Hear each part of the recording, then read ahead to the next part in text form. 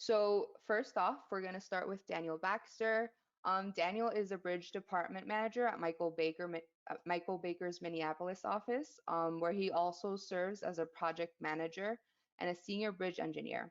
He has been involved in both rehabilitation, design, and load rating of many complex bridges, such as Third Avenue Bridge, Winona Bridge, High Bridge, Franklin Avenue Bridge, Lafayette Bridge, and Hastings Bridge, all over the Mississippi River.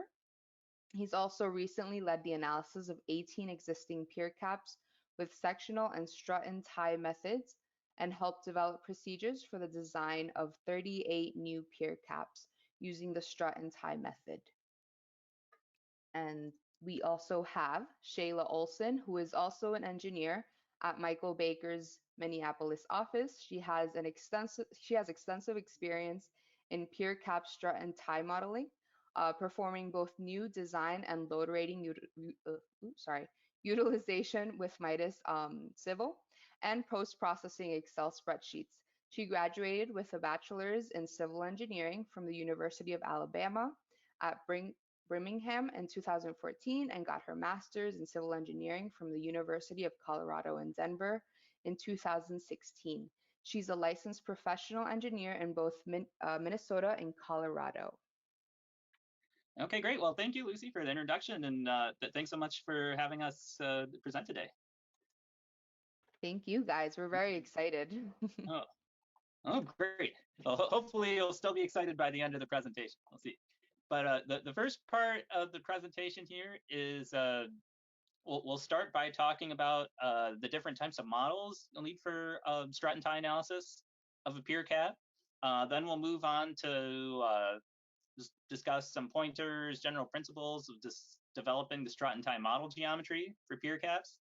Then we'll talk about what's probably, at least in my opinion, I think the trickiest part of the process with pier caps, which is calculating and applying the loads and reactions from the superstructure correctly, and making sure that those forces are consistent with the reaction loads at the piers. So for this discussion, we'll go into a bit of an example showing how to work through that process at one location using Midas Civil and the moving load tracer functions of it. Then we'll go on to a discussion of performing specification checks, and then I'll close with a discussion of like why it makes sense to use the frame model method, which I'll show everybody to obtain the reactions that you apply to the strut and tie model. And then Shayla will go over a load rating example for a pier cap in some detail after I'm done. Okay, well, one thing about this presentation, since unfortunately we don't have all day, so it assumes that you probably have some knowledge of strut and tie analysis and what it is going into this.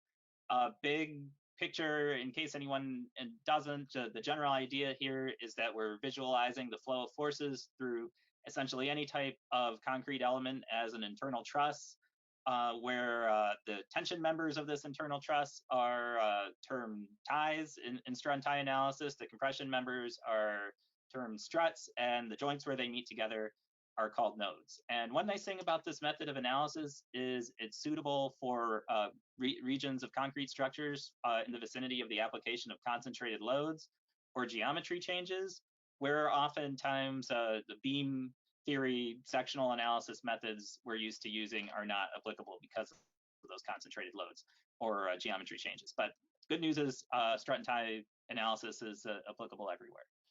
So that being said, let's talk about the different types of models we like to use to analyze pier caps using strut and tie method. Well, probably a big picture too is you may ask, well, why use the strut and tie method to analyze pier caps?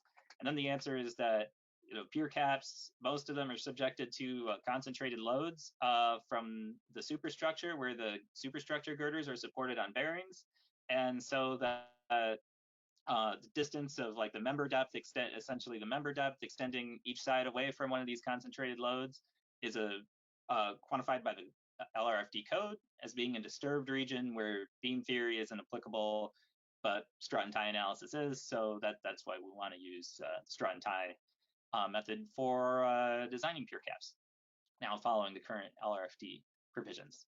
So our method of doing this essentially includes two different types of models.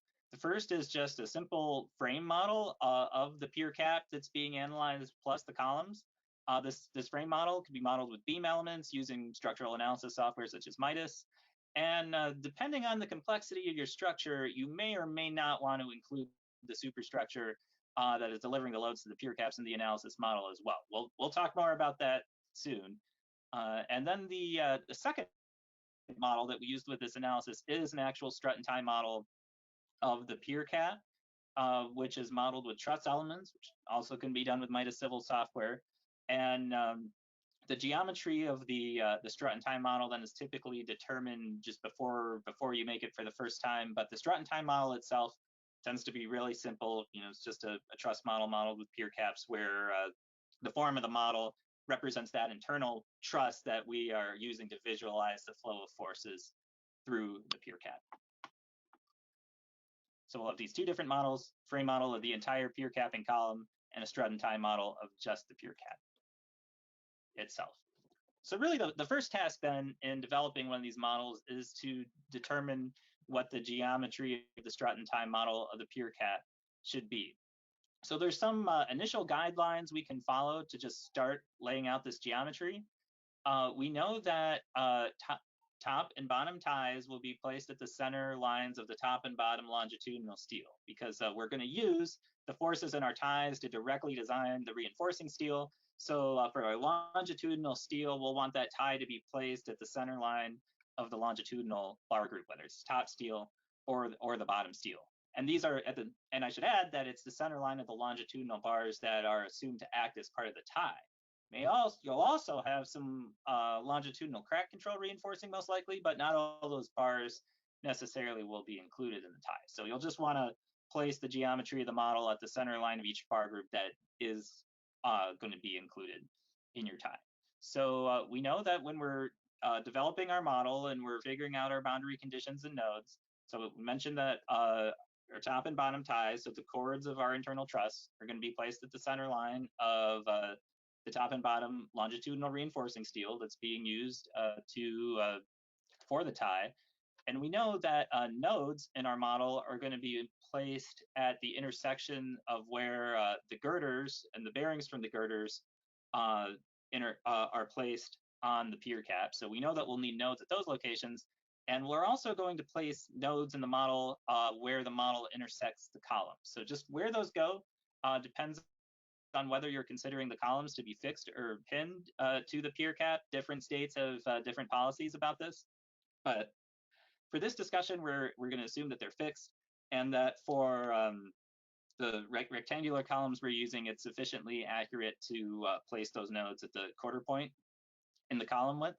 So with two nodes, that allows there to a force couple to be transferred into the cap at each column so that we have our fixed column condition. So these guidelines just give us some general a starting point about where we're going to lay out our key nodes that can't be moved, because we know we're going to have nodes where the bearings are, we're going to have nodes at the column support locations. But then this still leaves open the question of, well, where do the rest of the nodes in the model go, and where do we place the vertical parts of this internal truss and the diagonal parts? Well, let's talk about that some now. Well, there's some general guidelines we can follow. One is to just follow the most direct load path. Typically, the most direct load path is going to be the most accurate. And we also want to follow what's called the 25-degree rule in AASHTO LRFD, which is that the angle between where strut and tie, or just any two members, intersect at a node shouldn't be less than 25 degrees. Another thing we like to follow when we set up the model is to use overlapping X diagonals. The reason for this is we set these diagonals to be compression-only members. And for each tie that you have an element in tension, you're directly going to use that force in the tie to design your reinforcing steel. And typically we don't want to have diagonal bars and pier caps, so we don't want our diagonals to go into tension.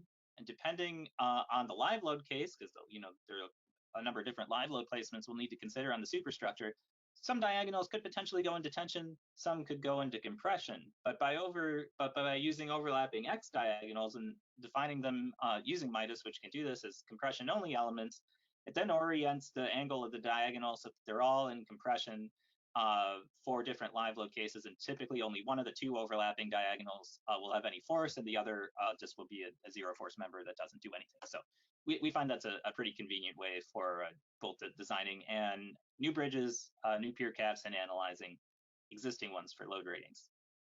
So let's look at, let's return to this discussion of the 25-degree rule and looking at some different ways we would want to set up the diagonals in the model when we're determining our model geometry. So the models with a red box around them are not what we want, while the ones with the green box are. So in the top left photo, in the top left image here, we have two bearings that are slightly offset for each span that then have an angle between them of 6.2 degrees, which we don't want because it's much less than the 25-degree rule. But then if we look on the right, what we've done to solve that problem is simply to just resolve the node that we use at the bearings to just be the average distance between both, so that there's not, we don't use two diagonals, we just use one. And that solves our 25-degree rule problem that we had on the top left here at the top right, because now our angles are much larger than 25 degrees. And that would also come into play when we look at the center image here, where we have two closely offset bearing lines where the girders at each adjacent span don't completely line up. And if we draw verticals underneath those, then the angle between the vertical and the diagonal is 16.5 degrees that we don't want. So then resolving those two verticals into just one member of the truss that's at the average distance between both bearings, as we've done on the top right, gets rid of that problem.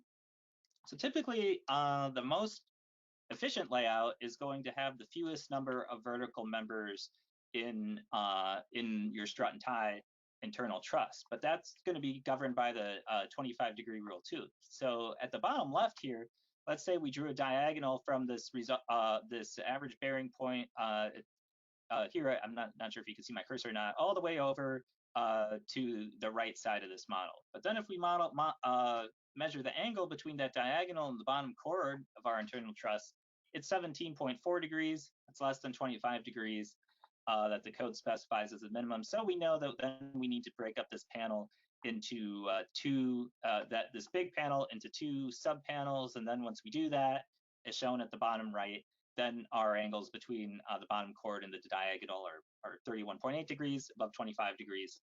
So we're good in this case. So just a few examples here showing some of the considerations in setting up your strut and tie models geometry. So some may be necessary here. I mean, once you have these like column and bearing nodes, that shouldn't change. Since we do want to place, again, the reinforcing at the ties at the center line of the reinforcing, particularly for the chords, you may need to do some slight iteration as your design progresses if the center line of your reinforcing group changes slightly. But it's easy enough to just translate the nodes in the model and shift those around. So it really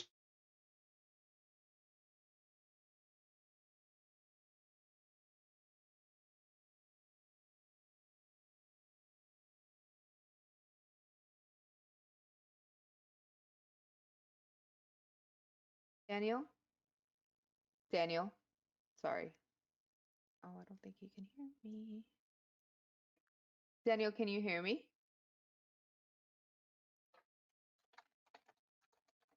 like number and size of bars is going to be pretty close to what you'll end up getting. Yeah. Can you hear me?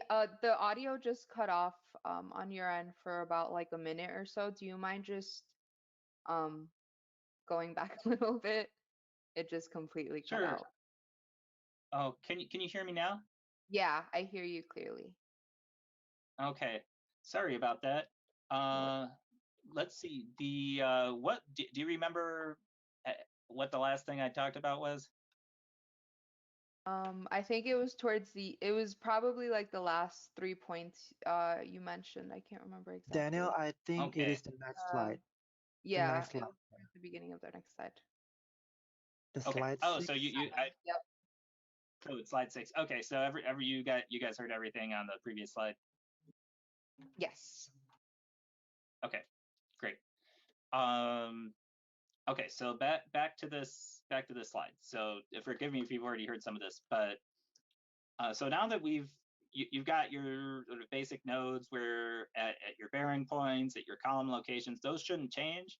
I mean, once we've worked out the geometry, some iteration may be necessary, particularly the distance between the top and the bottom chord. Since, as I mentioned, the locations of those chord elements are going to be at the center line of your reinforcing group. As your design progresses, you might have some, changes and bar sizes that could move those distances around a little, but that's easy enough to adjust your model just by translating the nodes, and shouldn't be that big of a hassle. And people sometimes ask, like, hey, what's a good way to get started in terms of assuming where those chords are located? And I'd say like a good way is to just find some prior plans for previously designed pier caps. Even if those pier caps were designed with sectional analysis, which they probably were, the change to strut and tie analysis typically isn't large enough to just make the longitudinal reinforcing requirements completely different. So I would say like previous plans should provide a helpful guide as to estimating, say, how many rows of reinforcing you might need at the top and bottom, and how large those bars will be to just get you started. And then again, if you have to iterate, it's not a crisis, because it's pretty easy to just move the translate and move the nodes around. A little word about efficiency of the model here. And generally, as I mentioned previously, the fewer vertical ties you have, the more efficient use of materials you'll have, because your vertical force gets passed through the truss to each tie. So the more ties you have, then the more force you're going to have to design for. In this example in the top left, this force P, half of that force is taken to the right support, and just through the mechanics of trusses, like that half of the force is going to be in every vertical tie. So the fewer vertical ties you use, then the less reinforcing steel you'll need, since the force in each vertical tie will directly correspond to the reinforcing steel that's provided in the design. And on the right here, we do have an example just showing how with the bearing locations here and providing like verticals with diagonals, that I think in this case the 25-degree rule wasn't met, but we solved that by just getting rid of one of these subpanels and having just a direct diagonal strut from that center load straight into the column. So that's another technique that can be used. So here's an example of a final model for a pier cap that follows these principles, to satisfies the 25-degree rule. So again, the purple dashed elements, those are compression-only elements, so that we don't have any diagonal tension members that would require diagonal steel, which isn't typically used in a pier cap. And again, in each panel, only one of those two members will typically see force. And also to just keep the geometry reasonable, there might be some members that are basically vertical, but if need be, slightly inclined, so that we don't need to introduce subpanels that would violate that 25-degree rule. Okay, so then once we have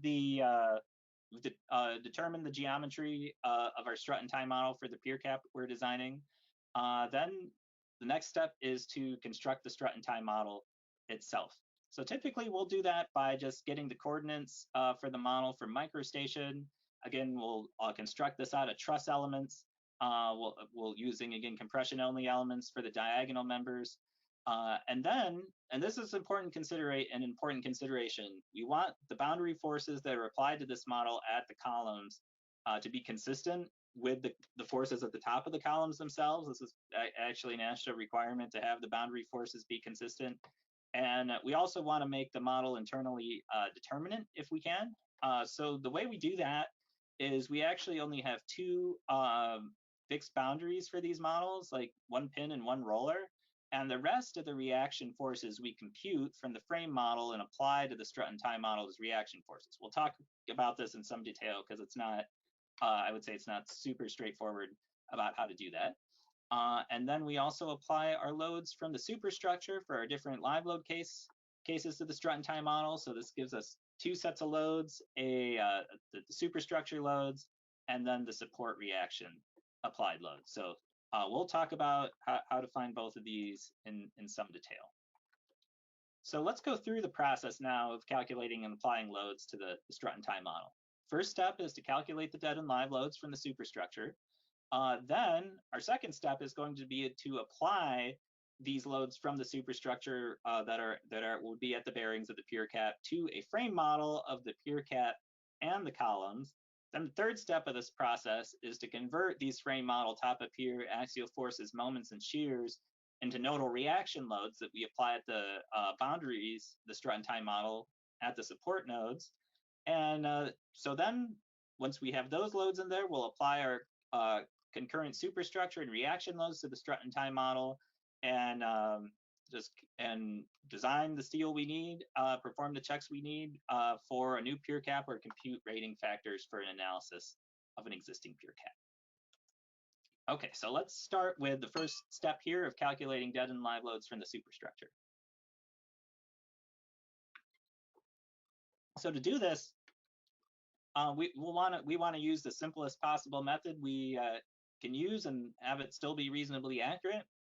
So the easiest method to use is just to use what's called the lever rule, unless a more complex analysis is needed. And typically the lever rule will work just fine if your superstructure is straight or only slightly curved and it's supported on bearings. The second option, if the lever rule doesn't work for us, is to create an analysis model, you can with Midas Civil, that includes both the superstructure and the piers. Some cases where this is necessary is where the superstructure is, say, significantly curved or significantly skewed, or integral with the piers where the lever rule can't really be used that accurately. So let's talk about applying the lever rule. So I think most people are probably familiar with it, but the general idea is that you, in the transverse direction, you consider the deck to be simply supported between girder lines, and then you just use a line girder analysis to determine the tributary length of loads on each supported superstructure span, and you use just different live load placements that then maximize these reaction forces from our deck at the girders while following the AASHTO rules for lane widths and vehicle placement and multiple presence provisions. Some people, I think, sometimes get a little intimidated by setting this up, but it's really not that. It's less complex than it may look, and I think you'll find once you get into it that you may need to consider fewer live load cases than you might initially think. That it often becomes evident pretty quickly which live load placements and cases will control. So if you can use the lever rule, I highly recommend doing so. But then there are cases, this is a bridge we recently analyzed, a bridge with a significant skew, with a girder line that stops at a pier, and cross frames that are oriented at a different direction than the piers, and varying span lengths, where we didn't really think we could use the lever rule accurately to find what the superstructure reactions should be that are applied to the pier cap. So what we did is we included the superstructure model and the piers in the same analysis model, and then used the superstructure model to determine what those bearing loads from the superstructure should be. Now, one thing to keep in mind is for this whole procedure, using the frame model to determine boundary forces to apply to the strut and tie model of the cap, for this to be accurate, all the live load forces for each different case need to be concurrent with one another, so you can't use a live load envelope. So the example I'm going to show is how to use Midas to determine these concurrent live load faces for concurrent live load cases for the live loading that maximizes what would be shear and negative moment at the face of the pier cap here. So let's zoom in to where the blue box is. So what we're trying to do is in the element that has the box around it is to figure out what the live load is that maximizes what would be the vertical shear and negative moment at the face of the column, and then to define that as an equivalent static load case so that we can be sure the loads from it are concurrent. Well, you might be asking yourself, hey, didn't you say that sectional analysis wasn't valid? Why are you talking about shear and moment? But in general terms, the loadings that, in a sectional theory would maximize shear and negative moment are going to be the same loadings that would maximize the force in the vertical tie or top tie steel at those locations. So we can use those sectional forces to figure out what our live load placements should be as we go along the length of the cap.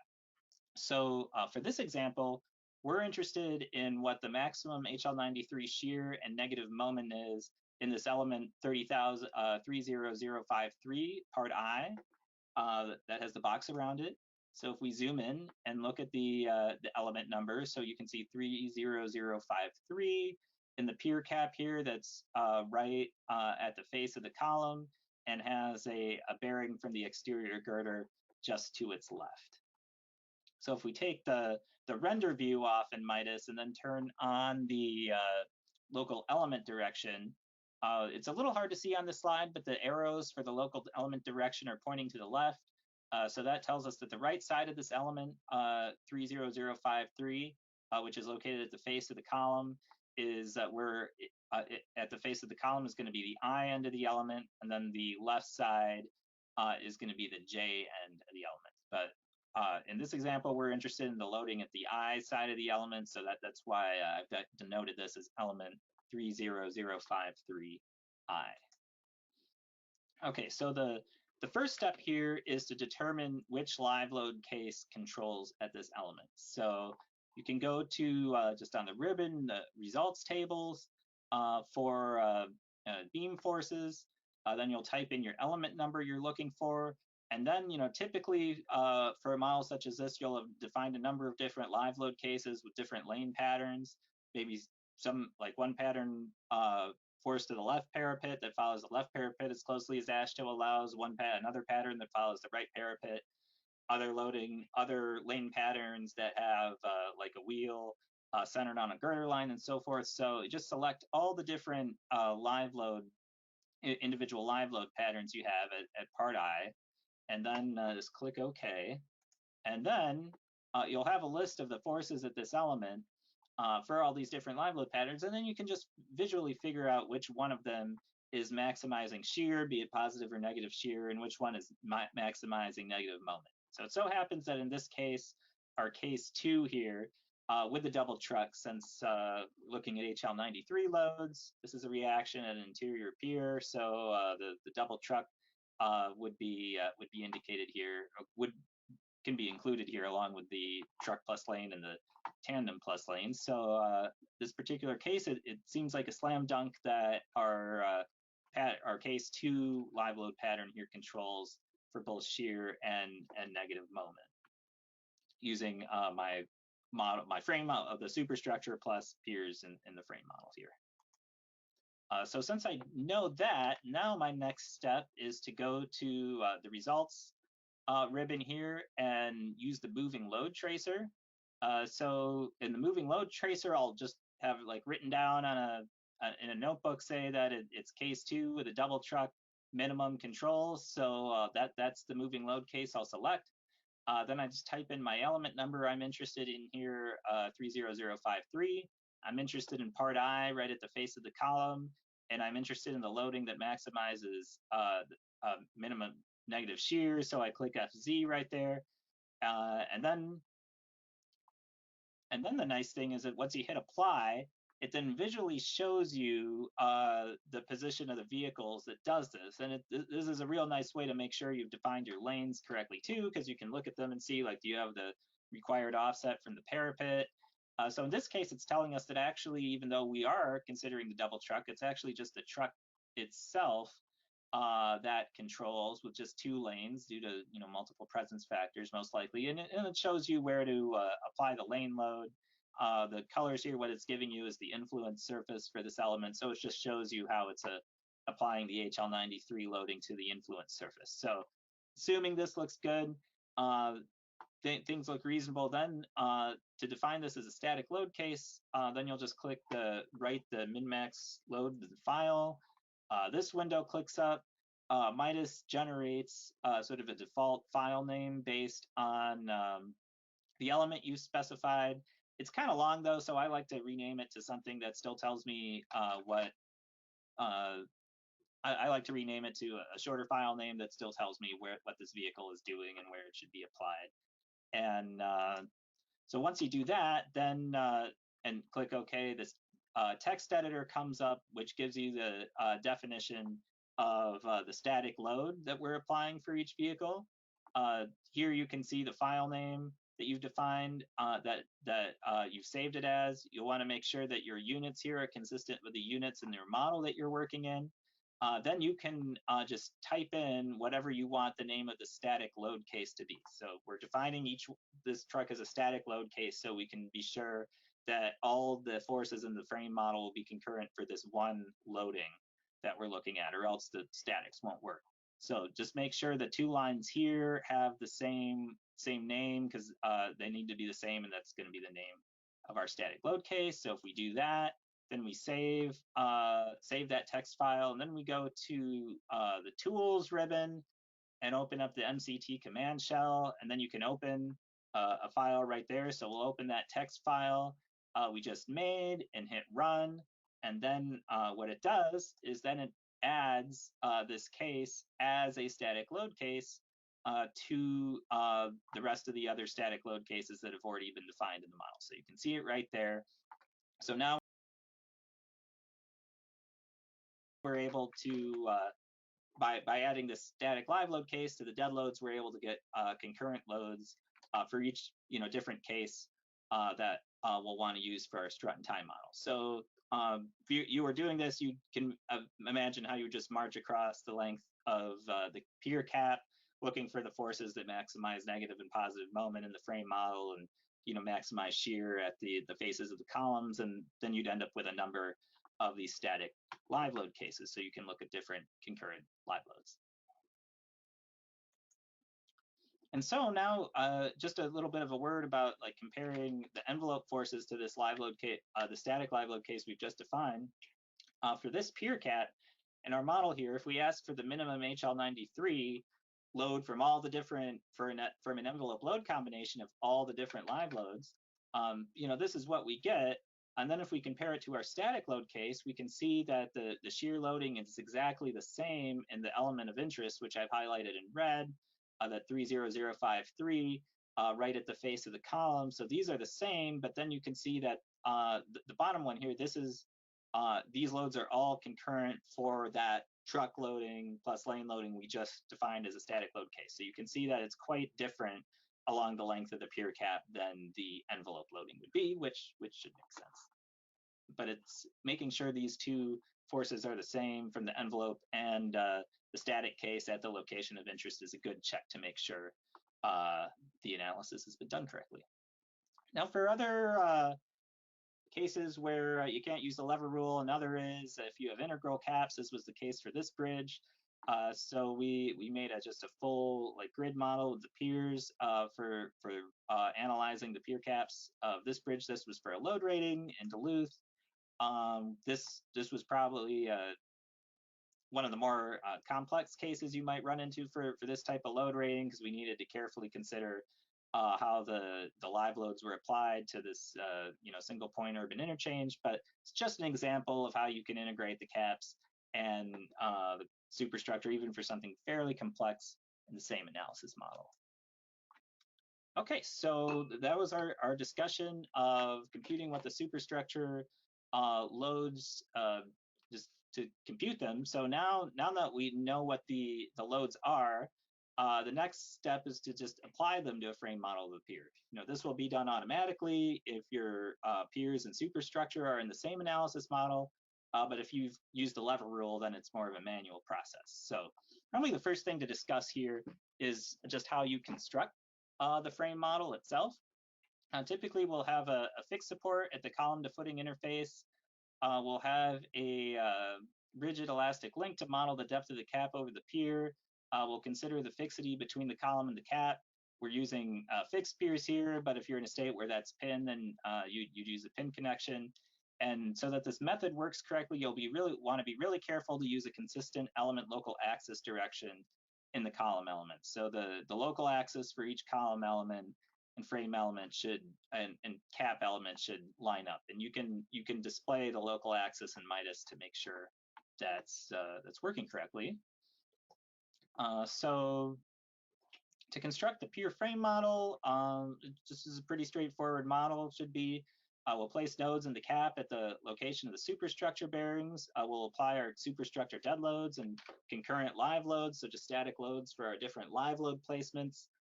Each different live load placement needs to be applied as a different static live load case so that the loads are concurrent. And we'll also, if the superstructure is included, we can just have a vertical element that represents the bearing, the appropriate bearing fixity conditions to transfer those loads into the Pier frame model. Okay, so now the trickiest part likely is the third step of the process, which is to convert the frame model top of Pier forces to nodal reaction forces for the strut and tie model. So following this procedure, it at first might seem a little complex. There's ways that sharp people like Shayla have figured out to automate this, and she'll talk about that more soon. But the result, as I've mentioned, is that you have an internally determinate strut and tie model, which is good so that you don't have to make assumptions about the stiffness of the elements about that would shift the force around. And you also, perhaps most importantly, ensure that the forces you're in the strut and tie model are consistent at the boundaries of the model with the rest of the structure. So more precisely, that the forces at the tops of the columns in your frame model are consistent with the forces that are being applied at the tops of your columns to your strut and tie model, which is something that is highlighted in the part of Section 5 in AASHTO LRFD that covers construction of strut and tie models. So what we're going to do here is we're going to convert these frame model top of pier forces to nodal reaction forces to the strut and tie model. So what this does is this procedure resolves the moment shear and axial force at the top of each column in the frame model into a set of loads to apply to 2 reaction nodes per column in the strut and tie model. So we figure out what our forces are, axial forces, moments, and shears at the top of the columns in the frame model, and then compute what our reaction forces here should be to apply to the strut and tie model. So we're taking a close look at these forces, the tops of the columns, applying them to the model. So let's take a look at how you do that for this example 3-column pier. So again, at the strut and tie model, we're going to have 2 nodes per pier to represent a fixed connection. If we look at the top of column moment for one specific load case, we can resolve that moment, in this case 598.1 kip feet, into a set of 2 nodal loads that represent that moment, just the force couple from that moment, by taking into account the distance d between those nodes, which in this case is 2.5 feet. And just to make sure everything's working correctly, we can, if we then apply these nodal loads to just a single column model, we can verify that we get the same moment at the top of the columns in both the full frame model and just a single model where we apply those 2 reaction loads, I should say. For axial force, process is much the same. We have a total axial force here of 675.1 kips. We would just evenly divide that between our 2 nodal reaction nodes here. Same for shear. If we have a shear at the top of the column, we could just divide that by 2 and apply half of that shear to each of the 2 column nodes in the strut and tie model that represent the top of the column. Okay, so for this example here, so if we take the nodal loads that we've determined for moment, axial force, and shear and add them all together, and apply them to the top of a single column model, just as a check, we should get a moment diagram, which is identical to the moment diagram in the right column here that we've computed the loads for. It's a little hard to read with just the symbols for the loads I've written, but if you look closely on the top of the column, you can see that moment is 598.1, so it matches what we had in the frame model. The moment at the bottom matches what we had there, so we know that we've computed these nodal reactions correctly, so that's good. So in general, here are just some basic equations that you can use to figure out what the nodal reaction load should be applied to each of to the two nodes at the top of each column, just based on the axial forces, moments, and shears at the top of the column. So left and right nodes refer to the two nodes in the strut and tie model that represent the connection to an individual fixed column. So then one thing we'll need to consider is that these loads need to be equal and opposite when they're applied to the strut and tie model itself versus what you computed at the top of the column. So just be sure to flip those around. You'll want to do some checks when you do this at first, just to make sure your sign convention is consistent when you're applying these loads to the strut and tie model. So typically, the side of the column that has more compression in them, your vertical upward load in the strut and tie model should be the larger of the two. On the face of the column, on the side of the column that has the greater compressive force, or conversely, the side that is under more tension, compressive axial force has less axial force, where the axial force plus moment results in a net extreme fiber force on that side of the column that is more tensile than on the other side, and that reaction force in the strut and tie model should be less than on the compressive side. Okay, so now we've computed our superstructure and reaction loads, and now we can go ahead and apply them to our strut and tie model. So we'll keep in mind that the sign convention that we've been using, and again, when we make the strut and tie model, say in Midas, with our we'll have just a pin and roller boundary condition, just two, and the rest of the support reactions will be these nodal loads that we've applied. We need to be mindful of the restraints of each boundary condition. So at a roller, we would apply the shear, half of the shear, horizontal shear, because it can't resist horizontal shear, but at the pin, we would not. And one way to check that you've done this correctly is the reaction forces that you get should, at the pin and the roller, should match what those theoretical nodal loads should be at that location, using the calculation procedure we just saw. So here's an example of at one node how you would do that. You just from the moment and axial force define the vertical component. The left node, at this case, the rightmost column is free, so we find a vertical force from the moment and axial force, and then reverse the sign to apply the strut and tie model. The right node has a roller support, so we don't apply a vertical load, but for the left node, we'd apply half of the shear to it, flip the sign convention from what you get in the frame model, 25.5 kips, in the right node. Although it's roller, as I mentioned, it's free in the horizontal direction, so you'd apply the same force. And then you can compute that the reactions at the two support nodes should be equal to the point loads at these nodes, determined using the procedure we've seen.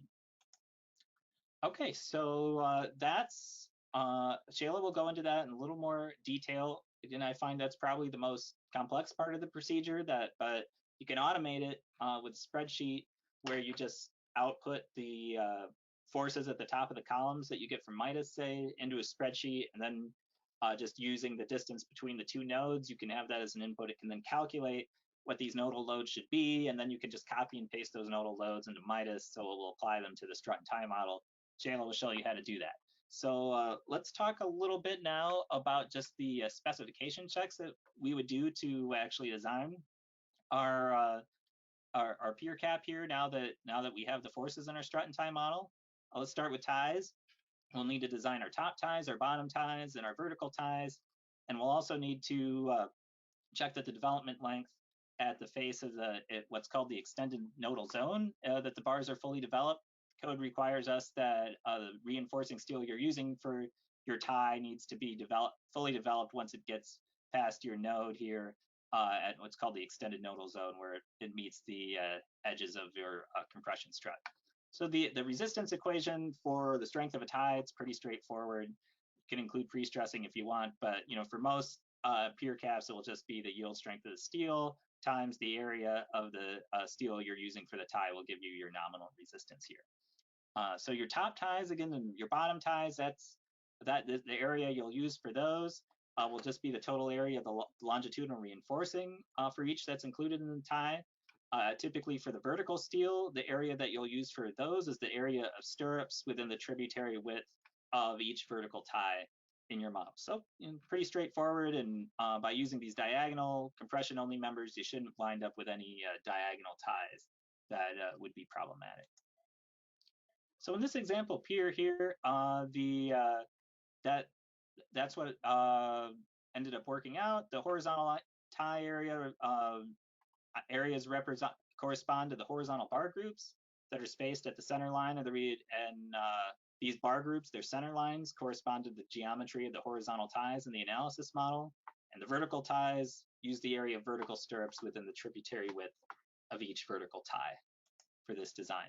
So if we look at a cross section, the bars that are highlighted with the dark green circles are the top and bottom ties. You'll note that not all the longitudinal reinforcing is included in these tie areas.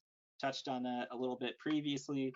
The rest of this longitudinal reinforcing would be to satisfy the crack control requirements, but it would likely be a smaller bar size than what you would use for your longitudinal reinforcing that's for the ties themselves. And then our vertical ties are shaded in green, and just the detailing of the stirrups ensures that they would be fully developed at the edge of the extended nodal zone 2. Okay, so the specification LRFD also requires that we perform a nodal strength check. We need to only check the nodes at locations where there are geometric constraints, say like directly under a bearing, where the area of the node can't spread out. That's what's called a discrete node in a code.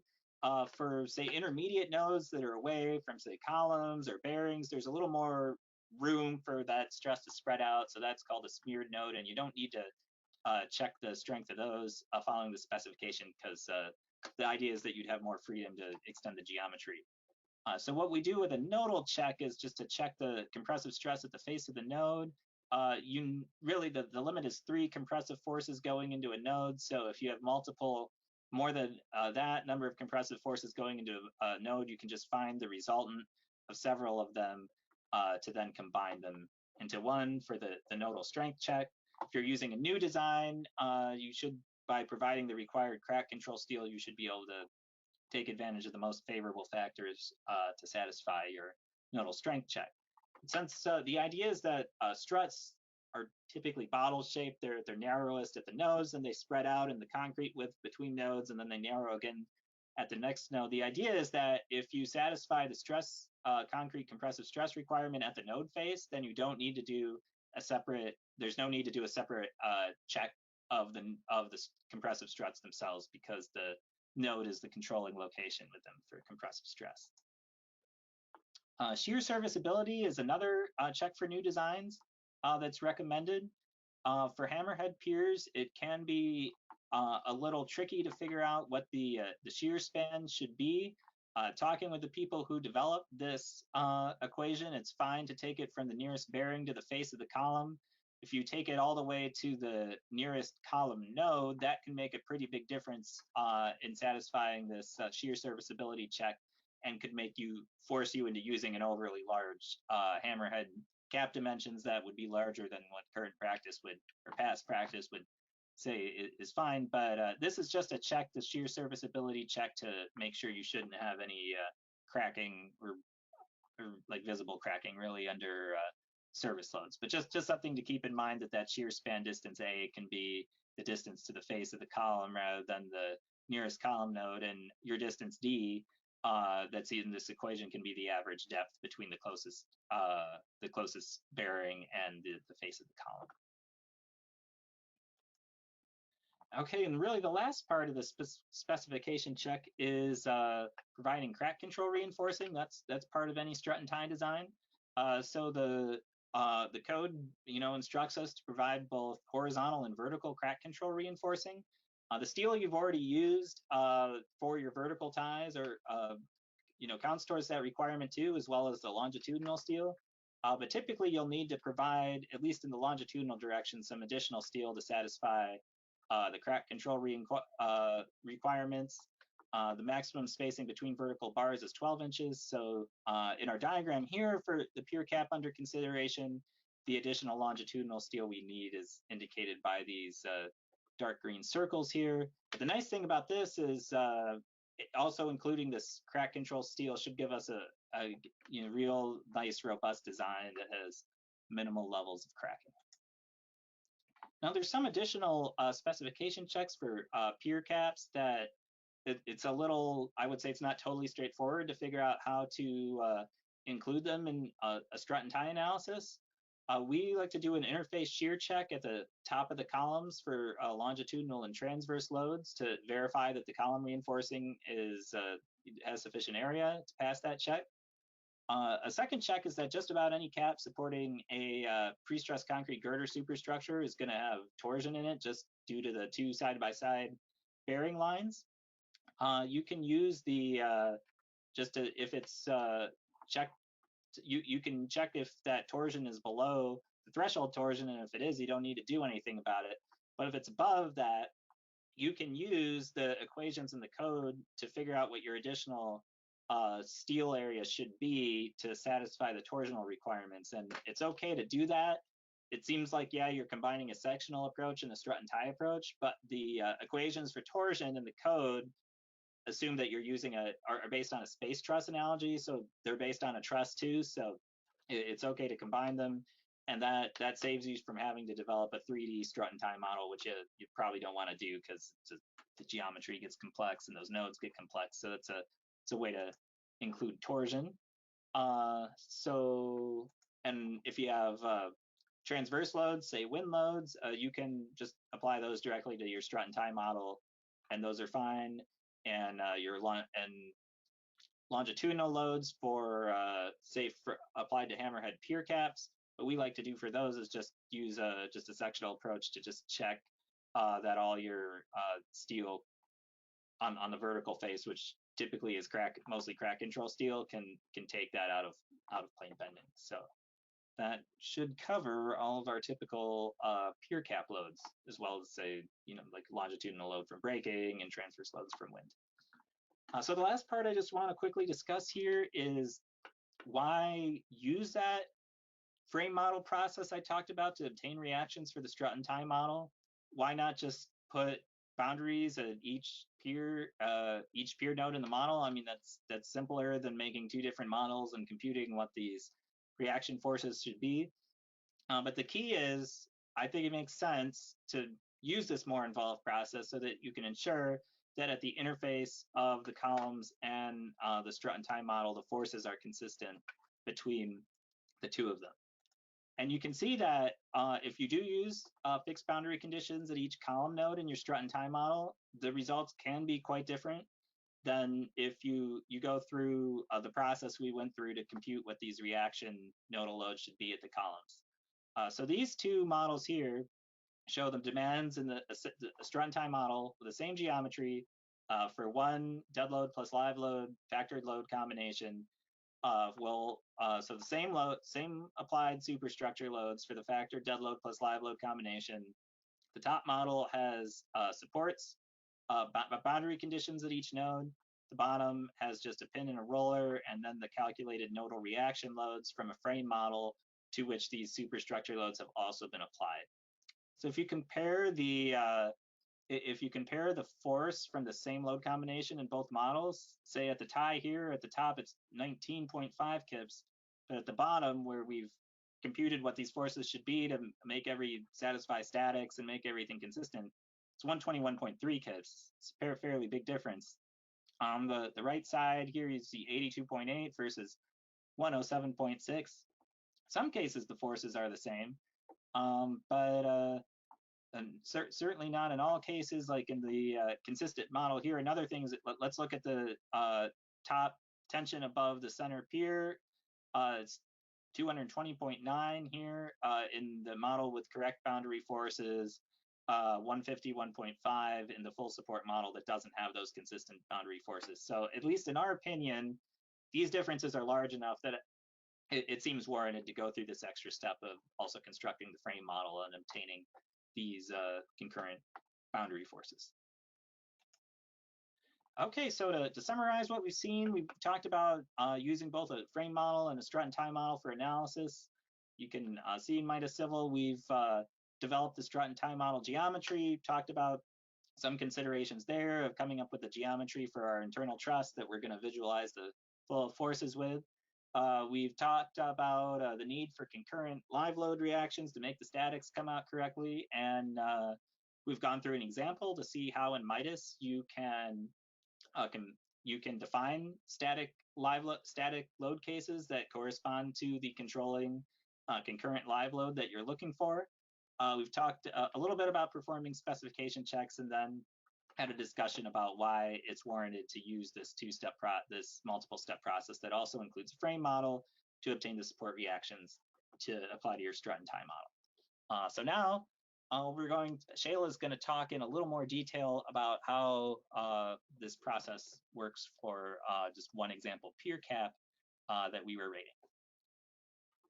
As Daniel mentioned, I'll just try and go pretty briefly through an example load rating of a Pier cap using the strut and tie method that Daniel outlined, and using this Midas Civil software. So just a quick outline. I'll go through the models needed for the analysis, briefly into the calculating and applying the loads and the reactions, performing some of those specification checks, and then a quick comparison of strut and tie and sectional method results, because for this example, we actually analyzed the piers with both methodologies and then compared the results.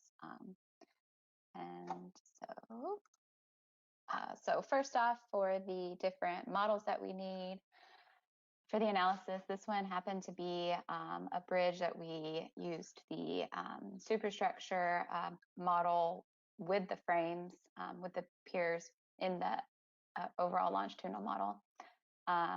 So that was one model, and then a second model was the strut and tie model for just the Pier cap. So for the Pier frame model, you can see we use these beam elements, and again the piers cap and columns are all modeled within that superstructure of the bridge as well. So all beam elements, and then as Daniel mentioned, there's rigid links between the superstructure and the bearing elements, and then we've got these bearing elements, which represent the bearings that the girders are tied to. So, and then for the strut and tie model, everything is a truss element. The cross frame elements are all defined as compression only truss elements, and then the top ties, bottom ties, and then the vertical ties are all just truss elements. And then again, we're pinning the first column node, and then we have a roller connection at the last column node. And then we'll apply the girder nodes to match the same location as those girders applied in the frame model, and then column reaction nodes, which represent the columns into that strut and tie model. So in order to get the nodal loads that we need into the strut and tie model, it's a lot easier with the superstructure and frame model, because you can just grab, for the dead loads, you can just grab the DC and DW loading taken directly from these elements in that overall superstructure model. So for the bearing elements to represent the applied nodal loads for the girders onto the strut and tie model, you can just grab straight these axial forces from these bearing elements that we have defined in our superstructure model. And then for the column reactions, as Daniel mentioned, you have to go through the process of combining the axial, shear, and moment forces at these column elements that you can pull from that superstructure model and into nodal loads that you'll apply to the strut and tie model. So for the girder nodal loads, again, you can pull the forces directly from those bearing elements. And then I applied the load factor it was 1.15 for dead load for the owner, and then those nodal loads with the load factor applied will go directly into the strut and tie model to represent those girder nodal load forces. And then for the column nodes or the column reactions, these equations are slightly different than Daniel went through in his process, just based on the different orientation of the models that I had, as well as the different axes between the superstructure model and the strut and tie model. So it's always important to check these equations, or check your directions of your applied forces, and make sure that it makes sense, as Daniel mentioned. So, but again, these are just pulling that axial force, the moment, and the shear from the superstructure model column elements. And then I used Excel spreadsheets, since we had multiple different load combinations, and then set it up so that it can pop out these reaction nodal loads that we'll need for our strut and tie model. So here you can see again, I just used a spreadsheet and was able to set up a table in the spreadsheet so that I could copy directly from my spreadsheet and paste it directly into the Midas software, and makes it super simple, super easy when you have multiple load cases, in order to copy and paste and make sure you have all of the correct applied nodal loads. Again, that correspond from the superstructure model and into the strut and tie model as well.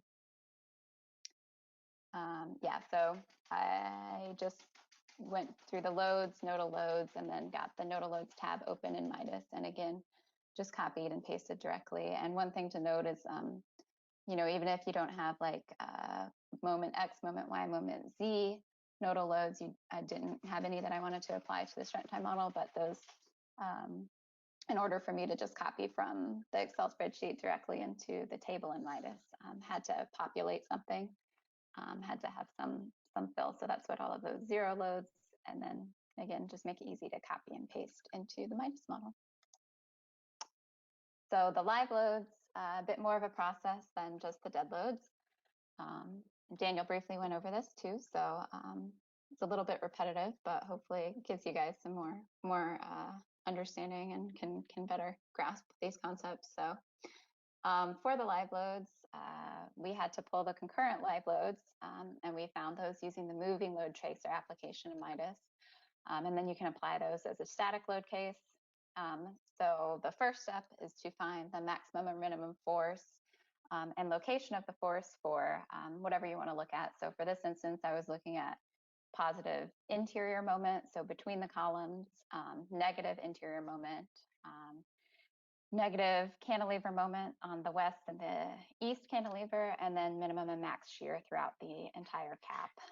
So what you're trying to look at may change versus what reinforcing you have in your cap. So if you have shear spacing, shear ties spaced differently throughout the cap, you might want to look at the worst case shear in the location of the largest spacing, and depending, I guess, in different groups of spacing along your cap. But every instance that you want to look at is a new live load case. So it's important to keep in mind, you want to pick the controlling ones, I guess, is the thing that we've learned. So so just for this example, I'm going to look at the positive interior moment and trace this all the way through my moving load tracer. So in this instance, I'm looking at this controlling element of 1,00025, and node I is this controlling positive moment of this 280.25 kip feet. So I'll use the moving load tracer function, as Daniel mentioned. Just type in, I know this is the element that's controlling, it's at the I node, and I want to look for the maximum MY, so maximum moment. And then you can filter through the live load cases, or as Daniel mentioned, you can get an idea of what case is your controlling case by just comparing all of the moments in those cases. So I filtered through it, and you can see that 280.25 is my maximum value. So that's the case I want to pull for the static load cases. So I can then write that min-max case to a load file, save it as whatever I want to save it as, and then I can use the tools ribbon, the MCT command shell function, open it, and then run the case, and then it'll directly import that as a static live load case back into my model, which I can then run and verify that that moment matches what I expected to see in that 10025 element. It's that 280.25 kip feet. So now I have a moment with, so now I have that live load case with all of the corresponding concurrent loading, and it gives me the maximum positive moment in my cap. So once you go through that process, it's same as pulling for the dead load case. So you can pull all of the bearing element axial forces for the applied girder nodal loads, and then the column element axial shear and moment forces, and get your column reaction nodal loads for your Strut time model directly from the model with the static live load case. So here again, just pulling the reaction or the axial forces from those bearing elements gives me my applied nodal loads for the girders. And again, I applied the load factor to it before I put it into the Strut time model. And then same equations as I used to get my dead load column reactions will be used to get my live load column reactions from the axial moment and shear coming from that superstructure frame model of my Pier, and factoring these as well before I put them into my Strut time model. And same way, that's why the spreadsheet is super nice, because if you have, this is one of many live load cases. So it's easy to make a table and a spreadsheet and be able to just copy it and paste it straight into the Midas Strut time model. So you can have your forces. So then once you have all of your forces in the Strut time model, you can run the Strut time model. And then I've got post-processing spreadsheets, which help me analyze and run through all of the specification checks, as Daniel had mentioned, for the ties and for the nodal loads or nodal zones. So from the Midas Strut time model, pull out all of the truss forces and all of the elements, plop it into a spreadsheet, and then you can go through, all of these specification checks. So this is the first of the specification checks. And you may know this, but the rating factors, the condition factor and system factor of the structure multiplied by the capacity of the ties, which, as Daniel mentioned, the area of steel times the yield strength of the steel. Oh, sorry. My dog.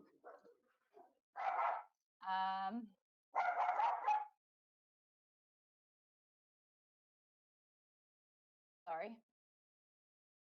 Okay, so the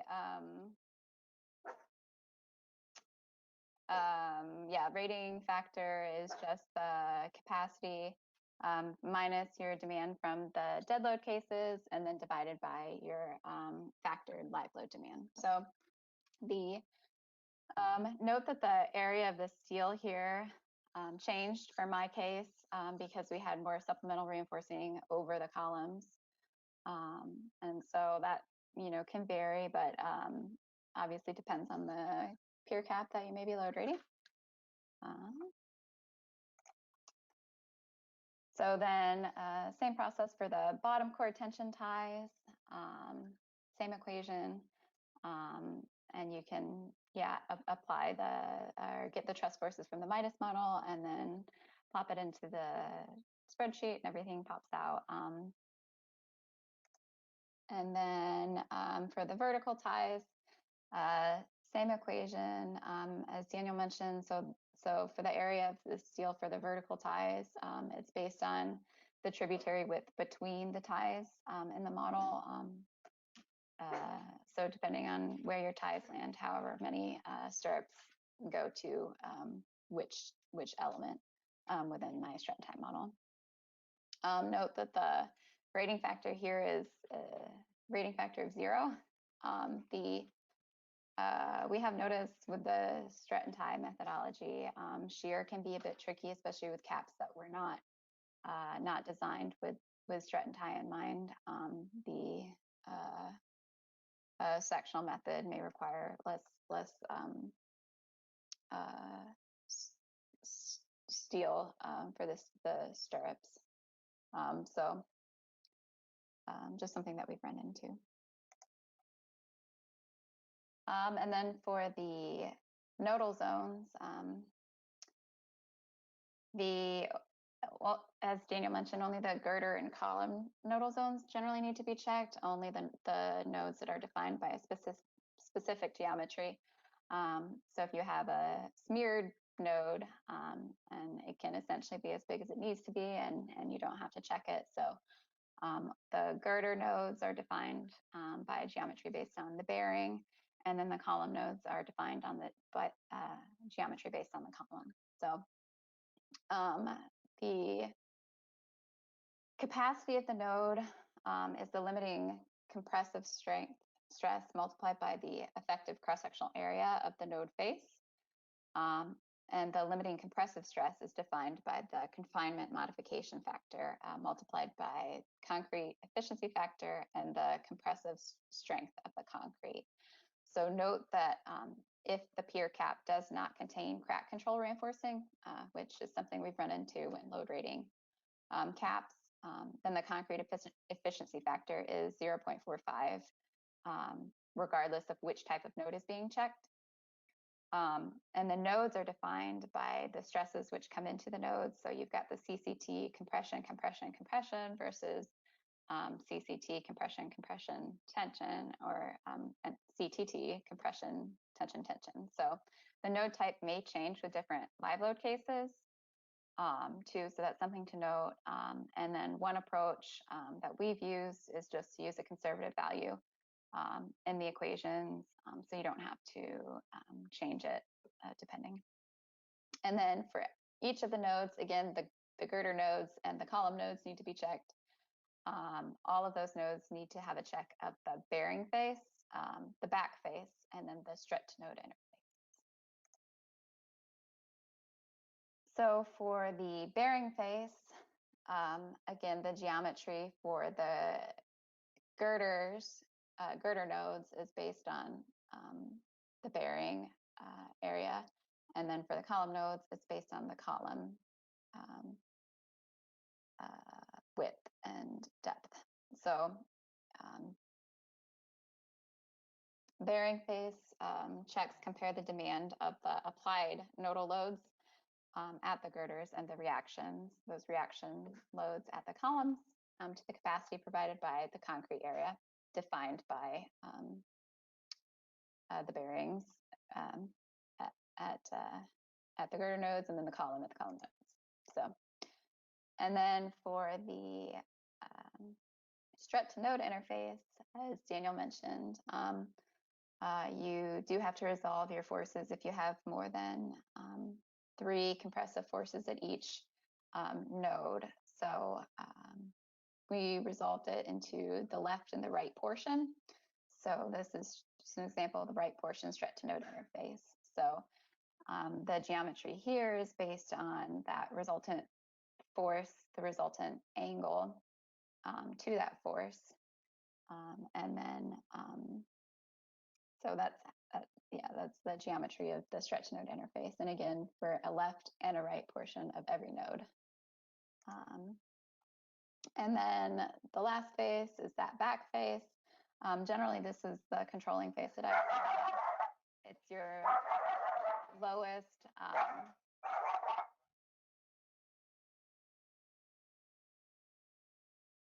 it's the smallest concrete surface typically. So this was generally what was controlling for our cases. And one thing to note is this is why it can be part of an iterative process, because these nodes can be moved downward to better represent like the compression block that you're actually seeing in the concrete.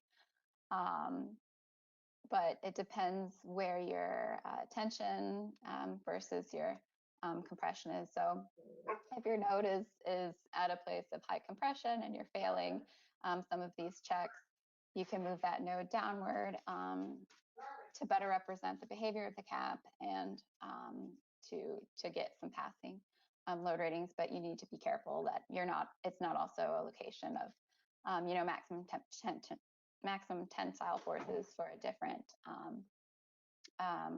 live load case, because then your tie would be off center from where you need it to be to represent the steel within the cap. So, and then just to go quickly through the strut and tie model results. So these are all HL93 operating ratings. So the location of the HL93 operating ratings of less than 1.1, you can see we had bottom chord tension in these elements 31 and 32, so between the third and the fourth column. We had ratings of 1.05. Vertical tension, again, that's where I was saying the stirrups, elements 42, 48, 72, and 78. So these had HL93 operating ratings of 0. And then all of the strut and tie nodal zones passed that 1.1 threshold. So that's for this case what we saw, and then a quick comparison to sectional analysis results. So the controlling mechanism was shear in the left cantilever. We had HL93 operating ratings of 0.33, and in the right cantilever it was 0.84. So interesting that with the strut and tie model, we do not have any issues with the cantilevers, but in the sectional analysis, that's where our shear was the worst. And then we had torsion issues also, which can't really be, I guess, yeah, it's hard to load rate the strut and tie model with torsion. So Daniel mentioned some different methodologies that we use to just make sure that we have enough seal for torsion in the cap using strut and tie method. But this was an instance where, yeah, we just saw torsion pop up with the sectional analysis results. Still above 1, but less than 1.1. So obviously the sectional method in this instance produced higher ratings. The shear within the cantilevers controlled the sectional method, whereas the shear within the bays controlled the strut and tie method.